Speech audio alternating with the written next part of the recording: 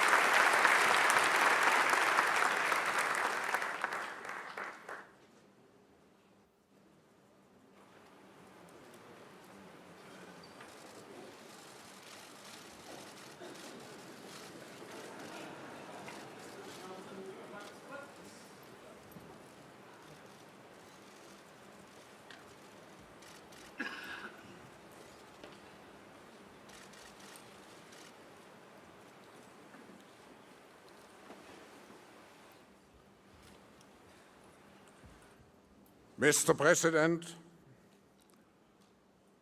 after you have been so warmly received yesterday here in Davos, it is now my great pleasure to officially welcome the President of the United States, Donald J. Trump, to the closing session of the World Economic Forum's annual meeting 2018. Mr. President, you cannot imagine how much we are looking forward to your speech. Not just the 3,000 leaders assembled here in Davos, but also the millions joining us globally thanks to the presence of key media from around the world.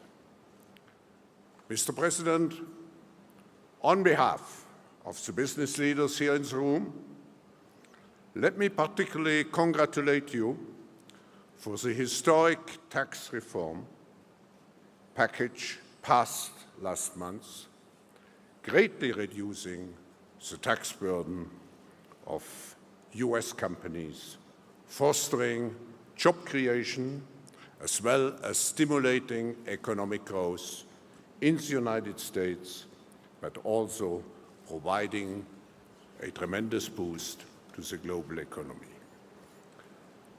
Davos is the place where leaders of states and industry come and work together in the pursuit of global peace and prosperity. We live in an interdependent world where decisions made by one nation, particularly by the United States, impact all other countries. I believe that today we need to strike the right balance between the necessary rebuilding of national social contracts and at the same time strengthening our multilateral system to address critical issues such as trade, investment, terrorism, and migration, to name just a few. Mr. President, the role of the United States and your personal leadership is absolutely essential. For this reason, your message here has tremendous relevance. Of course, I'm aware that your strong leadership is open to misconceptions and biased interpretations. Therefore, it is so essential for us in the room to listen directly to you.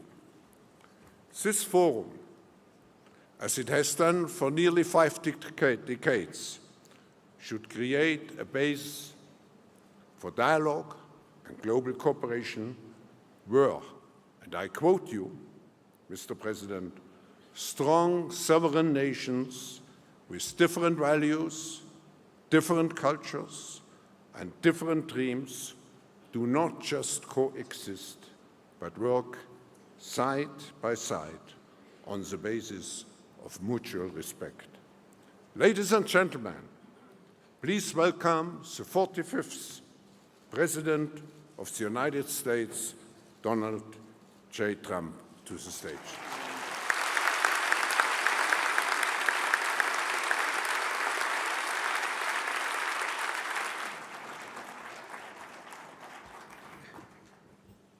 Thank you, Klaus, very much. It's a privilege to be here at this forum where leaders in business, science, art, diplomacy, and world affairs have gathered for many, many years to discuss how we can advance prosperity, security, and peace. I'm here today to represent the interests of the American people and to affirm America's friendship and partnership in building a better world. Like all nations represented at this great forum, America hopes for a future in which everyone can prosper and every child can grow up free from violence, poverty, and fear. Over the past year, we have made extraordinary strides in the U.S. We're lifting up forgotten communities, creating exciting new opportunities, and helping every American find their path to the American dream, the dream of a great job, a safe home, and a better life for their children. After years of stagnation, the United States is once again experiencing strong economic growth. The stock market is smashing one record after another and has added more than $7 trillion in new wealth since my election. Consumer confidence, business confidence, and manufacturing confidence are the highest they have been in many decades. Since my election, we've created 2.4 million jobs, and that number is going up very, very substantially. Small business optimism is at an all-time high. New unemployment claims are near the lowest we've seen in almost half a century. African American unemployment has reached the lowest rate ever recorded in the United States, and so has unemployment among Hispanic Americans. The world is witnessing the resurgence of a strong and prosperous America. I'm here to deliver a simple message. There has never been a better time to hire, to build, to invest, and to grow in the United States. America is open for business, and we are competitive once again. The American economy is by far the largest in the world, and we've just enacted the most significant tax cuts and reform in American history. We've massively cut taxes for the middle class and small businesses to let working families keep more of their hard-earned money. We lowered our corporate tax rate from 35% all the way down to 21%.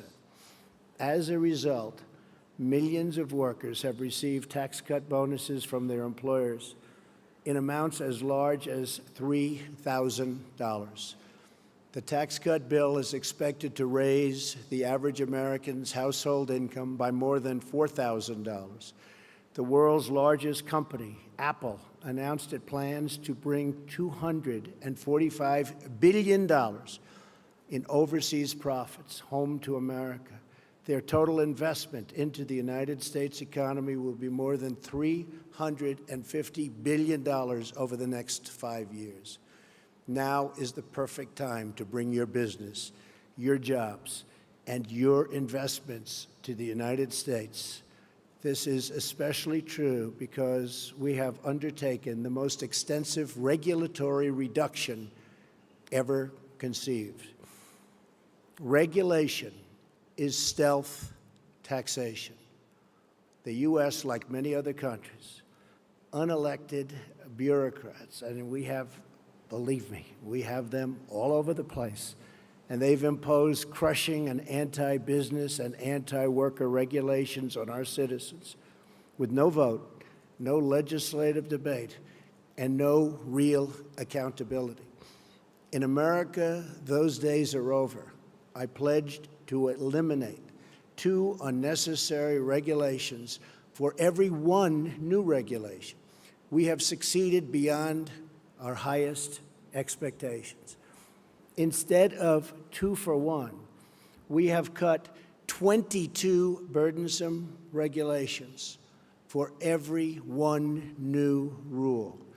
We are freeing our businesses and workers so they can thrive and flourish as never before.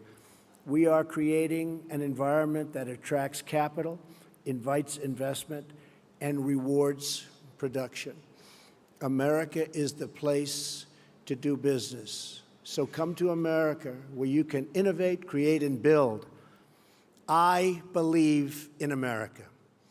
As President of the United States, I will always put America first, just like the leaders of other countries should put their country first also.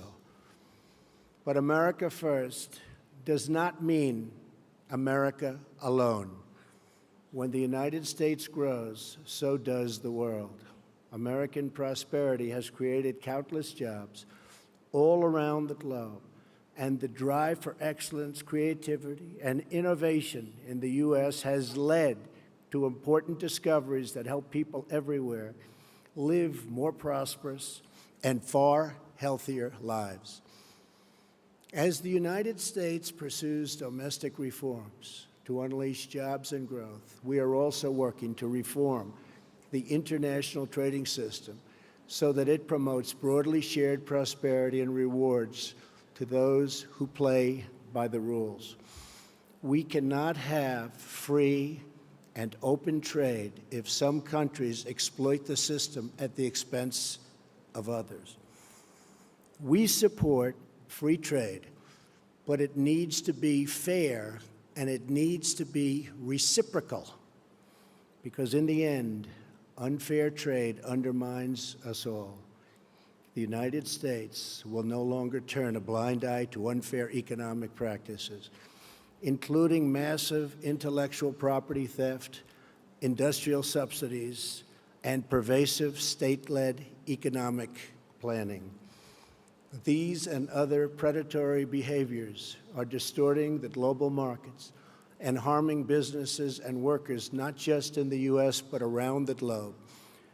Just like we expect the leaders of other countries to protect their interests, as President of the United States, I will always protect the interests of our country, our companies, and our workers. We will enforce our trade laws and restore integrity to our trading system. Only by insisting on fair and reciprocal trade can we create a system that works not just for the U.S., but for all nations. As I have said, the United States is prepared to negotiate mutually beneficial bilateral trade agreements with all countries. This will include the countries in TPP, which are very important. We have agreements with several of them already. We would consider negotiating with the rest, either individually or perhaps as a group, if it is in the interests of all. My administration is also taking swift action in other ways to restore American confidence and independence. We are lifting self-imposed restrictions on energy production to provide affordable power to our citizens and businesses and to promote energy security for our friends all around the world. No country should be held hostage to a single provider of energy. America is roaring back, and now is the time to invest in the future of America. We have dramatically cut taxes to make America competitive. We are eliminating burdensome regulations at a record pace. We are reforming the bureaucracy to make it lean, responsive, and accountable, and we are ensuring our laws are enforced fairly. We have the best colleges and universities in the world, and we have the best workers in the world. Energy is abundant and affordable. There has never been a better time to do business in America. We are also making historic investments in the American military because we cannot have prosperity without security. To make the world safer from rogue regimes, terrorism, and revisionist powers, we are asking our friends and allies to invest in their own defenses and to meet their financial obligations. Our common security requires everyone to contribute their fair share. My administration is proud to have led historic efforts at the United Nations Security Council and all around the world to unite all civilized nations in our campaign of maximum pressure to denuke the Korean Peninsula. We continue to call on partners to confront Iran's support for terrorists and block Iran's path to a nuclear weapon.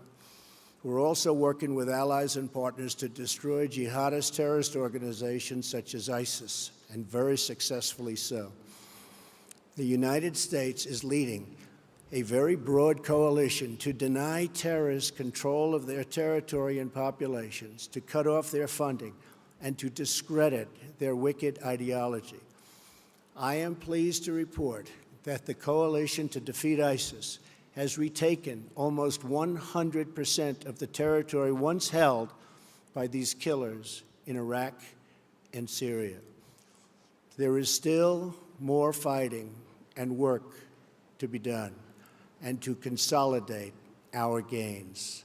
We are committed to ensuring that Afghanistan never again becomes a safe haven for terrorists who want to commit mass murder to our civilian populations. I want to thank those nations represented here today that have joined in these crucial efforts.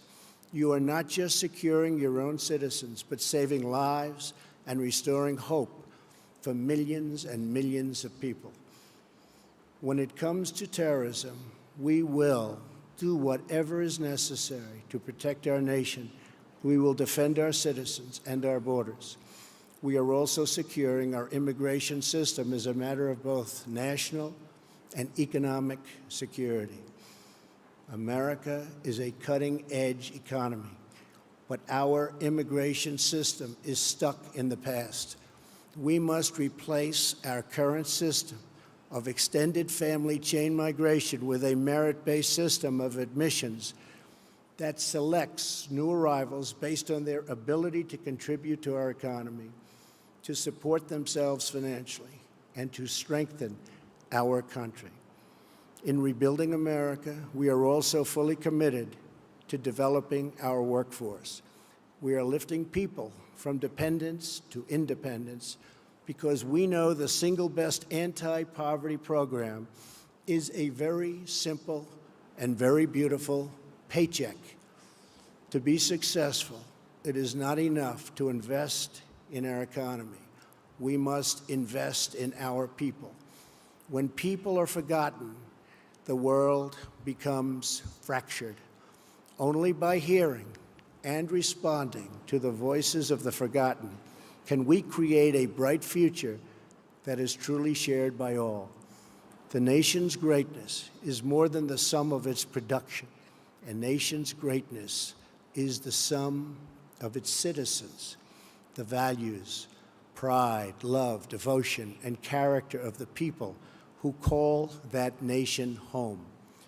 From my first international G7 summit, to the G20, to the UN General Assembly, to APEC, to the World Trade Organization, and today at the World Economic Forum, my administration has not only been present, but has driven our message that we are all stronger when free, sovereign nations cooperate toward shared goals, and they cooperate toward shared dreams. Represented in this room are some of the remarkable citizens from all over the world. You are national leaders, business titans, industry giants, and many of the brightest minds in many fields. Each of you has the power to change hearts, transform lives, and shape your country's destinies. With this power comes an obligation, however, a duty of loyalty to the people, workers, and customers who have made you who you are. So together, let us resolve to use our power, our resources, and our voices, not just for ourselves, but for our people, to lift their burdens, to raise their hopes, and to empower their dreams, to protect their families, their communities, their histories, and their futures. That's what we're doing in America, and the results are totally unmistakable. It's why new businesses and investment are flooding in. It's why our unemployment rate is the lowest it's been in so many decades. It's why America's future has never been brighter. Today, I am inviting all of you to become part of this incredible future we are building together. Thank you to our hosts. Thank you to the leaders and innovators in the audience. But most importantly, thank you to all of the hardworking men and women who do their duty each and every day, making this a better world for everyone. Together, let us send our love and our gratitude to make them, because they really make our countries run. They make our countries great. Thank you, and God bless you all. Thank you very much.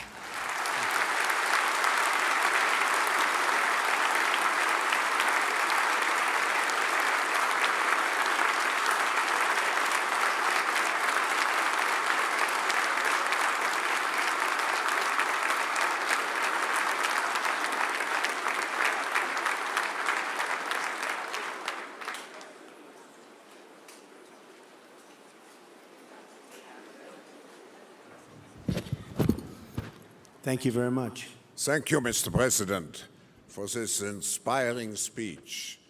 As it is tradition at the forum, I will ask you one or two questions. And my first question is, why is the tax reform, why has it been of such a high priority for your administration? Well, first of all, Klaus, I want to congratulate you. This is an incredible group of people. We had dinner last night with about 15 leaders of industry, none of whom I knew, but all of whom I've read about for years, and it was truly an incredible group. But I think I have 15 new friends. So this has been really great what you've done in putting it together, the Economic Forum. The tax reform was a dream of a lot of people over many years, but they weren't able to get it done. Many people tried. And Ronald Reagan was really the last to make a meaningful cut and reform, and ours is cutting and reforming. We emphasize cut, but the reform is probably almost as important. We've wanted to do it. It is very tough politically to do it. Hard to believe that would be, but it is very, very tough. That's why it hasn't been done in close to 40 years. And once we got it going, it was going, and the big, and I wouldn't say a total surprise, but one of the big things that happened and took place is AT&T and some others came out very early and they said they were going to pay thousands and thousands of dollars to people that work for their companies. And you have 300,000, 400,000, 500,000 people working for these companies. And all of a sudden it became like a big waterfall, a big, beautiful waterfall, where so many companies are doing it. And even today they just announced many more. But every day they announce more and more. And now it's a fight for who's going to give the most. It started at 1,000. Now we have them up to 3,000. This is something that we didn't anticipate. Oftentimes in business, things happen that you don't anticipate. Usually that's a bad thing. But this was a good thing. This came out of nowhere. Nobody ever thought of this as a possibility even. It wasn't in the equation. We waited, we said, wait till February 1st when the checks start coming in, and people, Klaus, have a lot more money in their paycheck, because it's not just a little money. There's a lot of money for people making a living doing whatever they may be doing. And we really thought February 1st it was going to kick in and everybody was going to be, well, we haven't even gotten there yet. And it's kicked in, and it's had an incredible impact on the stock market and the stock prices. We've set 84 records since my election, record stock market prices, meaning we hit new highs 84 different times out of a one-year period. And that's a great thing. And in all fairness, that was done before we passed the tax cuts and tax reform. So what happened is really something special. Then, as you know, and as I just said, Apple came in with $350 billion. And I tell you, I spoke with Tim Cook. I said, Tim, I will never consider this whole great run that we've made complete until you start building plants in the U.S. And I will tell you, this moved up very substantially. But when I heard 350, I thought they were talking $350 million. And by the way, that's a nice sized plant. Not the greatest, but not bad. And they said, no, sir, it's $350 billion. I said, that is something. Well, we have tremendous amounts of money, including my newfound friends from last night, great companies. They're all investing. When one of the gentlemen said he's putting in $2 billion because of the tax cuts, I said to myself, wow, he's actually the cheap one in the group, because they're putting in massive numbers of billions of dollars. So I think you have a brand new United States. You have a United States where people from all over the world are looking to come in and invest. And there's just nothing like what's happening. And I just want to finish by, I have a group of people that have been so outside. I have a whole lot of them, so I won't introduce because then I'll insult at least half of them. But I've had a group of people that work so hard on this and other things. And we're really doing, we had a great first year, so successful in so many different ways. And there's a tremendous spirit when you look at all of the different charts and polls, and you see, as an example, African-American unemployment at the historic low. It's never had a period of time like this. Same with Hispanic. Women at a 17-year low. It's very heartwarming to see, but there's a tremendous spirit in the United States. I would say it's a spirit like I have never witnessed before. I've been here for a while. I have never witnessed the spirit that our country has right now. So I just want to thank you all and all of those that are pouring billions of dollars into our country or $10 into our country. We thank you very much. Thank you. Mr. President, I will ask you maybe a personal question, but before doing so, I just sounds like very to interesting. acknowledge. I didn't know about this one. I would like to acknowledge the strong Yes. presence of your cabinet members Yes. here, who tremendously contributed to the discussions. Good. The last I would days. like to do that. That's very good. Yeah. Now, Stephen, Wilbur, Gary, Robert, even my general and my various other generals, you know. We're making our military protection a little bit better for us, too. So thank you very much. Does everybody understand that? I think so.